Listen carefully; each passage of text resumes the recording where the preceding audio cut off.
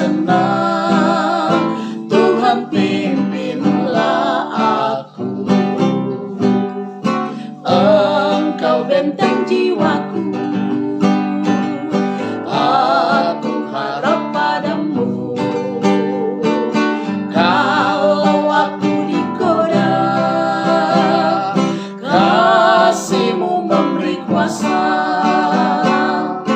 Pimpin, pimpin, Tuhan pimpinlah aku. Dalam susah dan senang, Tuhan pimpinlah aku. Sama-sama tunduk kepala dan kita berdoa. Terima kasih Bapa di surga, kami dapat diberikan lagi kesempatan, diberikan kesehatan, nafas hidup, sehingga kami mau bersyukur untuk semua berkat ini dengan belajar firman. Berkatilah kuasa Roh Kudus menuntun hati dan pikiran kami, dalam nama Tuhan Yesus kami persembahkan doa ini. Amin. Firman Tuhan kita pada saat ini berjudul Pusat Upacara Persembahan Kurban. Ayat inti, sebab Allah mendamaikan dunia dengan dirinya oleh Kristus dengan tidak memperhitungkan pelanggaran mereka. Ia telah mempercayakan berita pendamaian itu kepada kami. 2 Korintus 5 ayatnya yang ke-19. Kita ikuti akan penjelasannya. Sementara kematian Kristus mengakhiri hukum lambang-lambang dan bayangan, nah itu tidak mengurangi sedikit pun akan tuntutan hukum moral.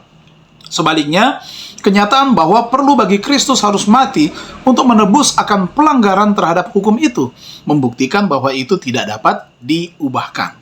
Mereka yang menyatakan bahwa Kristus datang untuk mengubah hukum Allah dan membatalkan perjanjian lama, menyatakan bahwa zaman bangsa Yahudi itu adalah zaman kegelapan dan menggambarkan agama orang Israel itu sebagai sesuatu yang terdiri dari sekadar bentuk upacara-upacara saja. Tetapi ini adalah satu kesalahan.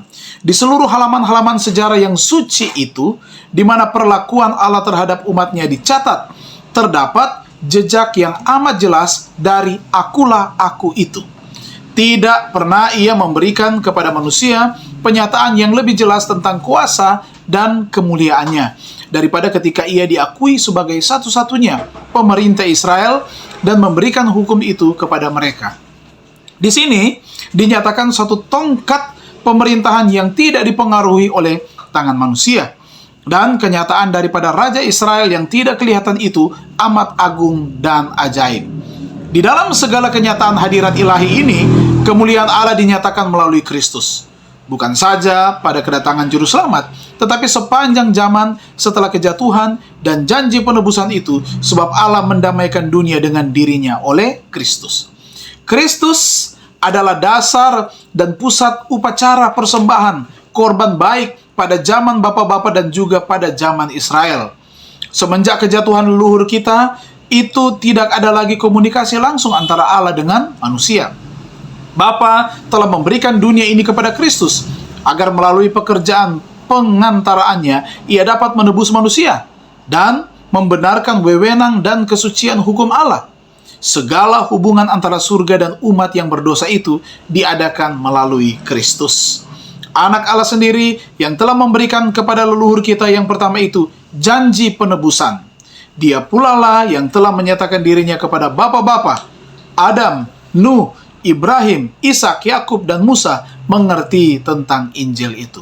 Mari kita renungkan lebih dalam. Jika Tuhan membuat ketentuan yang begitu hati-hati untuk keselamatan saya, mendamaikan saya dengan dirinya melalui Kristus, nah apa yang dapat saya lakukan untuk memastikan bahwa saya tidak akan menyia-nyiakan keselamatan yang begitu besar itu? Mari kita jawab dalam hati kita masing-masing. Mari kita berdoa. Bapa di surga, kami berterima kasih kami boleh belajar lagi firman-Mu, dan terima kasih untuk kesehatan dan kekuatan yang Tuhan karuniakan menjadi bagian kami. Kiranya semua umat Tuhan yang beribadah bersama-sama diberkati oleh Tuhan. Secara khusus mendoakan Ibu Risma Nainggolan yang dalam keadaan sakit, kiranya tangan kasih Tuhan menjamahnya dan dia mendapatkan pemulihan kesembuhan. Saudara-saudari kami yang lain juga yang dalam keadaan sakit, mereka disembuhkan, yang lemah dikuatkan, yang mundur dalam kebenaran boleh ditarik dan dikuatkan kembali, dan kami tetap kuat di dalam percaya kami, setia kami kepada Tuhan. Berkat sorga menjadi bagian kami semua, dalam nama Tuhan Yesus kami persembahkan doa ini. Amin. Tuhan Yesus memberkati kita semua.